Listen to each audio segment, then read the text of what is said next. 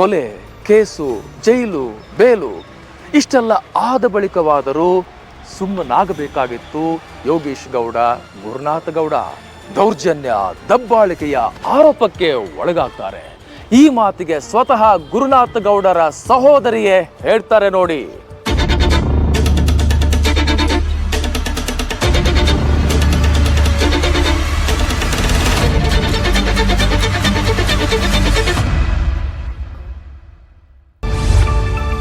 ಸ್ವಂತ ಸಹೋದರಿಗೆ ಗುರು ಎಂದರೆ ಗುರುನಾಥ್ ಗೌಡ.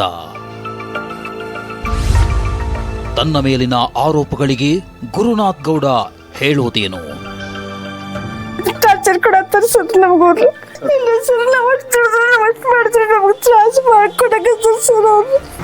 ಈ ಸರಿಗೆ ಆಡಿದ ಸರ್ ನನ್ನ ವಿಡಿಯೋ ನೋಡಿ ಸರ್, ವಿಡಿಯೋ ಒಳಗೆ ಮಾತಾಡ ಸರ್ ಅವ್ರು. ನನಗೆ ಬಾಯಿ ಬಂದಂಗೆ ಮಾತಾಡಿ ನನಗೆ ಅಸಹ್ಯ ಮಾಡತ್ತಾರ ಸರ್. ಭಾಳ ಅಂದ್ರೆ ಭಾಳ ನಮ್ಗೆ ಮಾತಿಗೆ ಟಾರ್ಚರ್ ಕೊಡತ್ಬಿಟ್ಟಾರ ಸರ್ ಅವ್ರು.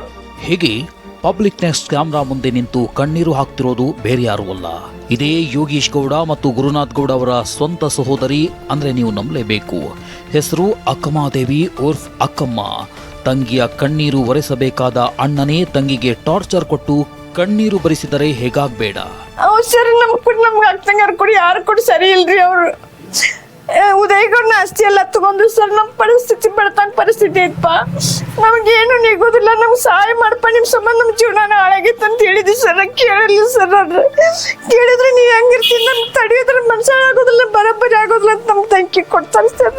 ಸಹೋದರರ ಹೊಡಿ ಬಡಿ ಕಡಿ ಎಂಬಂಥ ವಿಚಾರದಲ್ಲಿ ಮನೆಯ ಹೆಣ್ಣು ಮಕ್ಕಳನ್ನ ಎಳೆದು ತರಬಾರದು ಅಂತ ಅನ್ಕೊಂಡಿದ್ದ ನಮ್ಮ ಮುಂದೆ ಅಕ್ಕನೇ ತಮ್ಮ ನೋವನ್ನ ತೋಡಿಕೊಂಡಿದ್ದು ಹೀಗೆ. ಅವ್ರು ಯಾರು ನಮ್ ನೋಡಿದ್ರು ಸರ್, ನಮ್ದು ವೈಯಕ್ತಿಕ ಸರ್, ನಮ್ಮ ಜೀವನ ನಮ್ಗೆ ಏನು ಸಹಾಯ ಇಲ್ರಿ ಅವ್ರ ಕಡೆಯಿಂದ ಸರ್. ನಾವು ಇಷ್ಟ ನೀವು ಹೇಳಿದ್ರಿ ಸರ್. ಸರ್ ಅವ್ರು ಎಲ್ಲ ಜೀವಕ್ಕೆ ಸರ್ತಿಯಾಗಿ ನಾವು ಜಾಪ ಮಾಡೇನಿ ಸರ್. ನನ್ನ ಜೀವನ ಹಾಳು ಮಾಡ್ಕೊಂಡಿದ್ರಿ, ಅದಕ್ಕೆ ನೀ ಏನ್ ಮಾಡ್ಕೊತೀನಿ, ನಿನ್ ಸೊಕ್ಕಿಗೆ ನೀ ಹಾಳು ಮಾಡ್ಕೊಂಡಿ. ಏನಿಲ್ಲ ಸರ್, ನಮ್ಗೆ ಮಾತುಕಂತ ಬಾಯಿ ಬಂದಂಗೆ ಮಾತಾಡ್ಸಲ್ ಸರ್. ನಾವು ಎಷ್ಟು ಇದು ಮಾಡಿ ಸರ್, ನಾವು ಕಣ್ಣಿಟ್ಟು ಕಾದಿರಿ ಸರ್ ನಾನು ಅವ್ರನ್ನ. ಒಡ ಹುಟ್ಟಿದ ತನ್ನ ಸಹೋದರಿಯ ಮೇಲೆಯೇ ದರ್ಪ ದಬ್ಬಾಳಿಕೆ ತೋರಿಸುವ ಗುರುನಾಥ್ ಗೌಡನ ವರ್ತನೆ ನೋಡಿದ್ರೆ ಇನ್ನು ಬೇರೆ ಮನೆಯ ಹೆಣ್ಣು ಮಕ್ಕಳ ಕತೆ ಹೇಗಿರಬೇಡ. ಕೊಲೆ, ಸುಲಿಗೆ, ದಬ್ಬಾಳಿಕೆ, ದೌರ್ಜನ್ಯ, ಆಸ್ತಿ ಕಬಳಿಕೆ ಹೀಗೆ 10 ಆರೋಪಗಳನ್ನು ಹೊತ್ತುಕೊಂಡಿರೋ ಗುರುನಾಥ್ ಗೌಡ ಒಡ ಹುಟ್ಟಿದ ತನ್ನ 2 ಸಹೋದರರನ್ನ ಕಳೆದುಕೊಂಡ ಬಳಿಕವಾದರೂ ಇಂಥ ಕಾನೂನು ಬಾಹಿರ ಕೃತ್ಯಗಳಲ್ಲಿ ತೊಡಗಿದ್ದನ್ನ ನಿಲ್ಲಿಸಬೇಕಿತ್ತು. ಆದರೆ ಸ್ಥಳೀಯರು ಮತ್ತು ಆತನ ಕುಟುಂಬಸ್ಥರ ಮೂಲಗಳ ಪ್ರಕಾರ ನಿಲ್ಲಿಸಿಲ್ವಂತೆ. ಯಾರ್ಯಾರದ್ದೋ ಜಮೀನುಗಳ ವಿಷಯದಲ್ಲಿ ಮೂಗು ತೂರಿಸೋ ಗುರುನಾಥ್ ಗೌಡನ ಮೇಲೆ ಜಮೀನು ಕಬಳಿಕೆಯ ಆರೋಪವೂ ಕೇಳಿ ಬಂದಿದೆ. ಕೆಲಸಕ್ಕಂತ ಕರ್ಕೊಂಡ್ ಬರ್ತಾನೆ ಸರ್. ಪ್ರತಿಯೊಂದು ಎಲ್ಲ ಪಾಪ ದೂರದಿಂದ ಹಳ್ಳಿಯಿಂದ ಬರ್ತಾನ, ಹಳ್ಳಿಯಿಂದ ಬಂದಿರ್ತಾರ, ಅವ್ರನ್ನ ಇಟ್ಕೊಳ್ಳೋದು, ಆಮೇಲೆ ಅವ್ರ ಕೆಲಸ ಅಂತೇಳಿ ಕರ್ಕೊಂಬಂದು ಅವ್ರ ಲೈಂಗಿಕ ಕಿರ್ಕೊಳ್ ಕೊಡ್ತಾನೆ ಸರ್.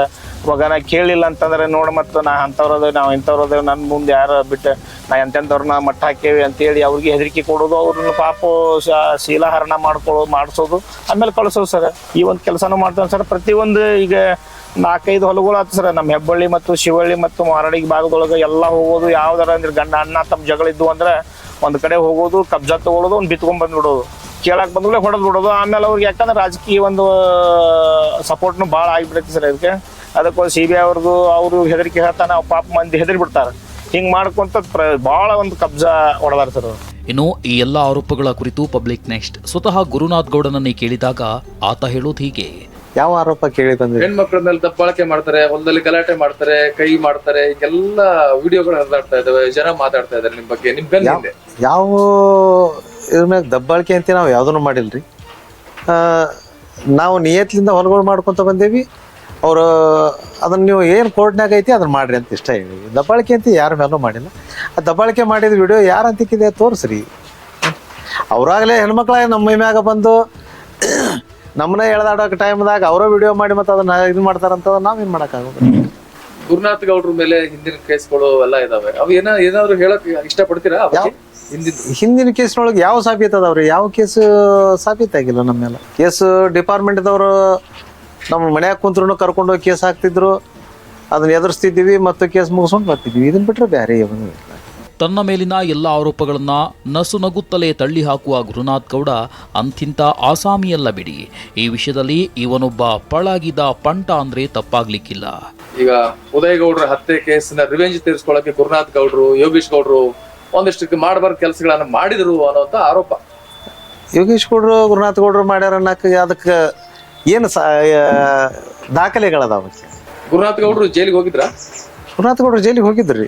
ಮತ್ತು ಈಗ ಸುಳ್ಳು ಕೇಸ್ ಹಾಕಿದಾಗ ಏನು ಅನಿವಾರ್ಯತೆ ಹೋಗಬೇಕಲ್ರಿ ಡಿಪಾರ್ಟ್ಮೆಂಟಿಗೆ. ನಾವು ಕೋರ್ಟಿಗೆ ತಲೆ ಬಾಗಬೇಕಾಕೈತಿ.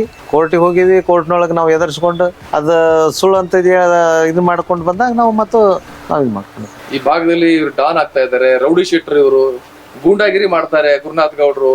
ಅಲ್ಲ, ಗುರುನಾಥ್ ಗೌಡ್ರು ರೌಡಿ ಶೀಟರ್ ಮಾಡ್ಬೇಕಾದ್ರೆ ಅದನ್ನ ಡಿಪಾರ್ಟ್ಮೆಂಟ್ದವ್ರ ಮಾಡ್ಬೇಕಲ್ರಿ. ಈಗ ಸುಳ್ಳು ಕೇಸ್ ಹಾಕೋದು, ಮನ್ಯಾಗಿದ್ದವ್ರು ಕರ್ಕೊಂಡು ಹೋಗೋದು, ಕೇಸ್ ಹಾಕೋದು, ಅಲ್ಲಿ ಒಂದು ರೌಡಿ ಶೀಟ್ ಓಪನ್ ಮಾಡೋದು. ಇದನ್ನ ಬಿಟ್ರೆ ನಮಗೆ ಡಿಪಾರ್ಟ್ಮೆಂಟ್ಲಿಂದ ಎಷ್ಟು ಹಿಂಸೆ ಆಗೈತೆ ಅನ್ನೋದನ್ನ ನಂಬಿಸ್ಕೊಂಡ್ರೆ ಬಹಳ ಕಷ್ಟ. ಯಾಕಂದ್ರೆ ಅನ್ಯಾಯ ಮಾಡ್ಯಾರೆ ಅನ್ನುವಂಥದ್ದನ್ನ ಅವ್ರು ತೋರಿಸ್ಕೊಡ್ಬೇಕಂತಂದ್ರೆ ಅದು ಯಾರಿಗೂ ಆಗಿಲ್ರಿ. ಬಟ್ ಚಂದ್ರಶೇಖರ್ ಕಾಲ್ವಾಡ, ಬಸವಣ್ಣಪ್ಪ ಹಂಚಿನಾಳ ಕೇಸ್ನಲ್ಲಿ, ಅವ್ರ ಮರ್ಡರ್ ಕೇಸ್ನಲ್ಲಿ ನಿಮ್ಮ ಹೆಸರು ಇದೆ? ನನ್ನ ಹೆಸರು ಇದ್ದೀರಿ, ಇಲ್ಲ ಅಂತ ಹೇಳೋದಿಲ್ಲ, ನನ್ನ ಹೆಸರು ಇದ್ದೀರಿ. ಅದ್ರಾಗ ನಾವೇನು ಮಾಡ್ಯಾವಂತೀನಿ ಅದ್ರಾಗ ಇದಿಲ್ಲ ಅಲ್ರಿ. ಯಾರು ಮಾಡಿದ್ರು ಮತ್ತು ಅದು ನಾವು ಮಾಡಿದ್ರೆ ನಮ್ಮ ಮ್ಯಾಗ ಪ್ರೂಫ್ ಆಗ್ತಿತ್ತು. ಈಗ ಅದನ್ನ ನಾವೇನು ಇದು ಮಾಡಕ್ಕೆ ಇದಿಲ್ರಿ. ಅದಕ್ಕೆ ಈಗ ನಿಮ್ಮ ತಮ್ಮನ ಹೆಂಡತಿ ಅಲ್ವಾ ಮಲ್ಲಮ್ಮ, ಅವ್ರ ಬಗ್ಗೆ ಏನ್ ಹೇಳಕ್ ಇಷ್ಟಪಡ್ತೀರಿ? ಏನಿಲ್ಲ ರೀ, ಅವರು ಕೇಸಿನ ಬಗ್ಗೆ ವಿರೋಧ ಮಾಡಿದ್ರು, ಆದ್ರೆ ಈಗೇನು ತಟಸ್ಥ ಉಳ್ದಾರ ಅವರು, ನಾವು ಚಲೋನ ಅದೇವಿ ಅಷ್ಟೇ. ನಿಮ್ಮ ಇನ್ನೊಬ್ರು ಸಹೋದರಿ ಇದ್ದಾರಲ್ಲ, ಅಕ್ಕಮ್ಮ ದೇವಿ, ಸೊ ಅವರು ನಿಮ್ ಬಗ್ಗೆ ಆರೋಪ ಮಾಡ್ತಾರೆ, ಏನ್ ಹೇಳ್ತೀರಿ ಈ ಬಗ್ಗೆ? ಆರೋಪ ಏನಂತ ಮಾಡಿದ್ರು ಹೇಳ್ರಿ? ಅವ್ರು ನಮಗೆ ಒಂದ್ ಇರೋಕ್ ಮೊನೆನೂ ಕೊಡ್ತಾ ಇಲ್ಲ, ಜಾಗನೂ ಕೊಡ್ತಾ ಇಲ್ಲ, ನಮಗೂ ಕಷ್ಟ ಕೊಡ್ತಾ ಇದಾರೆ. ನಾವೇನಂತೇವ್ರಿ, ಯಾವ ಹೆಣ್ಣು ಮಕ್ಕಳಿಗೂ ಅವ್ರ ಆಸ್ತಿ, ಅವ್ರ ತಂದೆ ಮಾಡಿದ ಆಸ್ತಿ ಇವಾಗ ಏನೈತಿ ತಗೊಳ್ರಿ ಅಂತ ನಾವು ಹೇಳಿ. ಅದಕ್ಕೆ ನಮ್ದೇನು ತಕರಾರಿಲ್ರಿ. ಮತ್ತೆ ಈಗ ನಾವು ದುಡ್ದು ಮಾಡ್ಕೊಂಡೇವಿ, ಅವರು ಚಲೋ ಇರ್ಲಿ ಅಂತ ನಾವು ಬಯಸೇವಿ, ಅವ್ರೇನು ಕೆಟ್ಟ ಆಗಲಿ ಅಂತ ನಾವೇನು ಬಯಸಿಲ್ಲ ಅವ್ರಿಗೆ. ಅವ್ರು ನಮ್ಮ ಮ್ಯಾಗ ಆರೋಪ ಮಾಡ್ತಾರಂತಂದ್ರೆ ಯಾಕಂದ್ರಿ ಇವತ್ತು ನಾವು ಮದ್ವೆ ಮಾಡಿಕೊಟ್ಟೇವಿ, ಅವ್ರು ಮಾಡ್ಕೊಂಡು ಹೋಗ್ಯಾರ, ಅವ್ರ ಗಂಡ ಅವ್ರ ಹೆಣ್ಣು ಮಕ್ಕಳು ಚಂದಾಗಿರ್ಲಿ ಅಂತ ನಷ್ಟ ಬಯಸ್ತೀವಿ ನಾವು, ಬೇರೆ ಏನು ಬಯಸಿಲ್ಲ. ಗುರುನಾಥ್ ಗೌಡ್ರು ನಿಮ್ಮ ವಿರೋಧಿಗಳಿಗೆ ಏನಾದ್ರು ಹೇಳಕ್ ಇಷ್ಟಪಡ್ತೀರಿ? ಯಾವ ವಿರೋಧಿಗಳಿಗೆ ಏನು ಹೇಳುವಂಥದ್ದು ಏನು ನನಗೆ ಬೇಕಿಲ್ರಿ. ಕೋರ್ಟ್ ನಡಿ ಆಗತೈತಿ, ಅದು ಏನು ನಡಿ ಆಗತೈತಿ ಅದು ಕೋರ್ಟಿಗೆ ನಾವು ಒಂದು ಇದನ್ನ ಕೊಟ್ಟೇವಿ, ಅಲ್ಲಿ ಏನು ನಡೀತೈತಿ ನಡೀತೀವಿ. ಮೊರಬದ ರಕ್ತ ಚರಿತ್ರೆ ಬಗ್ಗೆ ಏನ್ ಹೇಳ್ತೀರಿ? ಮೊರಬದ ರಕ್ತ ಚರಿತ್ರೆ ಬಗ್ಗೆ ಏನು ಹೇಳಕ್ಕಾಗತ್ತೆ ಹೇಳ್ರಿ? ಅದೆಲ್ಲ ಮುಗಿದೋದ ಕಥೆಗಳನ್ನ ಮತ್ತೆ ತೆಗೆದು ಹಾಕೋದ್ರಾಗ ಏನ್ ಇರೋದು? ಓತಿಕ್ಯಾತಕ್ಕೆ ಬೇಲಿ ಸಾಕ್ಷಿ ಅನ್ನೋ ಹಾಗೆ ಗುರುನಾಥ್ ಗೌಡನ ಸುತ್ತಮುತ್ತ ಇರೋರು ಹೆಚ್ಚು ಕಡಿಮೆ ಇಂಥವರೇ ಆಗಿದ್ದಾರೇನು? ಯಾಕಂದ್ರೆ ಗುರುನಾಥ್ ಗೌಡನ ಬೆನ್ನಿಗೆ ನಿಂತಿರುವ ಸಮಾಜ ಸೇವಕ ಎನಿಸಿಕೊಂಡಿರೋ ಬಸವರಾಜ ಕೊರವರ್ ಎಂಬಾತ ಮಾಡಿದ್ದಾನೆನ್ನಲಾದ ಮೋಸ ಅವ್ಯವಹಾರಗಳ ಬಗ್ಗೆನೂ ಇಲ್ಲಿ ಹೇಳಬೇಕಾಗಿ ಬಂದಿದೆ. ಆದ್ರೆ ಇದನ್ನ ಇವರು ಹೇಳ್ತಾರೆ ನೋಡಿ. ಯೋಗೇಶ್ ಗೌಡನ ಕೊಲೆ ಕೇಸ್ ಸಿಬಿಐ ತನಿಖೆಯಾಗಲೇಬೇಕೆಂದು ನಡೆಸಿದ ಈತನ ಹೋರಾಟವನ್ನು ಅಲ್ಲಗಳೆಯದಿದ್ರೂ ಅಲ್ಲ ಅನಿಸುವ ಕೆಲಸಗಳನ್ನ ಈತ ಇನ್ನಾದ್ರೂ ನಿಲ್ಲಿಸೋದು ಒಳ್ಳೆಯದು. ಅದ ನಮಗ್ ಮೋಸ ಮಾಡ್ಯಾನ್ರಿ. ಎಲ್ಲಿ ಪರಿಚಯ ಇಲ್ರಿ, 1 ವರ್ಷದಿಂದ ರೀ. ನಮ್ಮ ತಿಮ್ಮಾಪುರದವರು ಪರಿಚಯ ಮಾಡಿಸಿದ್ರಿ, ತಿಪ್ಪಣ್ಣ ಚಿಕ್ಕನೂರು ಅಂತ ಅಂಗಡಿ ಅಂತ ಎಲ್ಲ ಅವ್ರು ಚಲೋ ಅದಾರು, ಇಲ್ಲ ಸರಿ ಅವ್ರು ಸರಿ ಮಾಡ್ಕೊತಾರ, ನಿಮ್ದು ರೊಕ್ಕ ಆ ಪ್ರಕಾರ ಆತ್ ಬಿಡಾಗ ನಾವು ತೊಂದ್ರೆ ಒಳಗದೇವಿ. 1982ರಿಂದ ಕೇಸ್ ನಡೆದೈತಿ. ಹಿಂಗಾಗಿ ಏನ್ ಆಗಲ್ದಕ್ಕ ಯಾವಾಗ ಸರಿ ಮಾಡ್ಕೊಂಡ್ರೆ ನಮ್ಮ ಬಾಳೆನ ಮಾಡ್ಕೊಂಡ ಹೋದಿವ್ರಿ. ನಮಗೆಲ್ಲ ಅನ್ಯಾಯ ಮಾಡಿದ್ರಿ. ಮತ್ತು ನಮ್ಮನ್ನು ದಾಡ್ದಾಗ ಎಲ್ಲಿ ಭೇಟಿ ಅಲ್ಲಿ ನಮ್ಮನ್ನ ಗುಂಡಾ ಮಂದಿ ಅಂತಂದು ನನಗೆ ಬೆದರ್ಕಿ ಹಚ್ಚಾಕತ್ರಿ. 15-20 ಮಂದಿ ಹಾಕಿದಾರೆ. ದಾರ್ಯಾಗ ಬರ್ಬೇಕಾದ್ರೆ ತೆರ್ಬಿ ಇಲ್ಲ ಕೋರ್ಟಿಗೆ ಕಕ್ಕಿ ನೀನು, ನಾ ಹೇಳ್ದಂಗೆ ಕೇಳಿಲ್ಲ, ನೀನು ರೊಕ್ಕ ಕೊಡೋದಿಲ್ಲ ಕೊಟ್ಟೇನಿ ಅಂತೇಳಿ ನಮ್ಗೆ ಧಮಕಿ ಹಾಕೋದು. ದಾರ್ಯಾಗ ಬರೋ ಮುಂದೆ ನನ್ನ ಗುಂಡಾಗ ದೊಡ್ಡದು 15-20 ಮಂದಿ ಕರ್ಕೊಂಬಂದು ನನ್ನ ಹೆದರ್ಸೋದು ಮಾಡಿ 1-2 ತಿಂಗಳಂದ್ರಿ. ಬಸ್ಸಿನಿಂದ ರೀ ನಮಗೆ ಎಲ್ಲ ಬರಾಬರಿ ಮಾಡ್ತೇವೆ ಅಂದ್ರೆ ಹಂಗಾರೆ ಮುಗಿದ್ರೆ ಸಾಕಂತ ಹೇಳಿ ನಾವು ಹೋದಿವ್ರಿ. ಹುಡ್ಕೊಂತ ನಂಗೆ ಗೊತ್ತಾಯ್ತಿದ್ದಿಲ್ರಿ, ಇವ್ರು ಕರ್ಕೊಂಡು ಹೋದ್ರಿ ನಾವು ಬರಾಬರಿ ಮಾಡ್ತೇವಿ ಇದನ್ನೆಲ್ಲ ಈಗ ಒಂದು ತಿಂಗಳಾಗ ಅಂದ್ರೆ ಎಲ್ಲ ಮುಗಿಸ್ಕೊಡ್ತೇನೆ ಬಿ. ಈಗ ಅಷ್ಟು ಅವ್ನು ಸಾಲ ಎಲ್ಲ ಹರಿತೇನೆ ಅಂತ ಜವಾಬ್ದಾರಿ ತೊಗೊಂಡಾರಿ. ಅಷ್ಟು ಸಾಲ ಎಲ್ಲ ಹರಿತೇವೆ ಅಂತ ಜವಾಬ್ದಾರಿ ತೊಗೊಂಡ್ರಿ. ಮತ್ತು ಇವತ್ತು ಒಟ್ಟಿಗೆ ನಮ್ಮ ಹೆಣ್ಮಕ್ಳಿಗೆ ಎಲ್ಲರಿಗೂ ಸಮಾನಾಗಿ 50-50 ಲಕ್ಷ ಕೊಡ್ತೇವೆ ಅಂದ್ರಿ. ಅದ್ರಾಗ 4 ಮಂದಿಗೆ ಒಂಥರ ಮಾಡ್ಯಾರ್ರಿ. ಅವ್ರನ್ನ ಅವ್ರು ಒಲ್ಲೆ ಅಂದ್ರಿ ಮೊದಲು. ಒಲ್ಲೆ ಅಂದವ್ರನ್ನ ಮತ್ತು ಅವ್ರನ್ನ ನನ್ನ ತುಡುಗ್ಲೆ ಕರ್ಕೊಂಬಂದ ಅವ್ರಿಗೆ ಹೆಚ್ಚಿಗೆ ರೊಕ್ಕ ಕೊಟ್ಟ ಅವ್ರ ಕೈಲೇ ಸಹಿ ಮಾಡಿಸ್ಕೊಂಡಾರ್ರಿ. ಅವ್ರ ರೀ ಬಸ್ಸು ರೀ. ಅದೇನೇ ಇರಲಿ, ಯೋಗೇಶ್ ಗೌಡನ ಹತ್ಯೆ ಆರೋಪಿಗಳು ಯಾರೇ ಆಗಿರಲಿ ಅವರಿಗೆ ಕಾನೂನು ಪ್ರಕಾರ ಶಿಕ್ಷೆಯಾಗಲೇಬೇಕು ಅನ್ನೋದ್ರಲ್ಲಿ 2 ಮಾತಿಲ್ಲ. ಮೊರಬದ ಶಿಕ್ಷಣ ಸಂಸ್ಥೆಯೊಂದರ ಗದ್ದುಗೆಯ ಗುದ್ದಾಟದ ನೆಪದಲ್ಲಿ ಆರಂಭವಾದ ವೈಯಕ್ತಿಕ ಜಗಳ ಮುಂದೆ ಗೆಳೆಯರನ್ನೇ ಬಲಿ ಪಡೆಯುವಂತಾಗಿದ್ದಂತೂ ದುರಂತವೇ ಸರಿ. ಇನ್ನು ಹೆಣಗಳ ಮೇಲೆ ರಾಜಕೀಯ ಮಾಡಲು ಹೊರಟ ರಾಜಕಾರಣಿಗಳು ಒಂದ್ ಕಡೆಯಾದ್ರೆ, ಕಾನೂನು ಸುವ್ಯವಸ್ಥೆ ಕಾಪಾಡುವಲ್ಲಿ ಇಲ್ಲಿನ ಪೊಲೀಸ್ ವ್ಯವಸ್ಥೆಯು ವಿಫಲವಾಗಿದೆ ಎಂದೇ ಹೇಳಬೇಕಾಗತ್ತೆ. ಅಧಿಕಾರದಾಹ, ಕೌಟುಂಬಿಕ ಕಲಹ, ವೈಯಕ್ತಿಕ ದ್ವೇಷದ ಸೇಡಿನ ಕಿಚ್ಚಿಗೆ ಇಲ್ಲಿಯವರೆಗೆ ಎಷ್ಟು ಜೀವಗಳು ಬಲಿಯಾಗುವಂತಾಗಿದೆ. ಇನ್ನಾದರೂ ಇದು ಇಲ್ಲಿಗೆ ಕೊನೆಯಾಗಲಿ.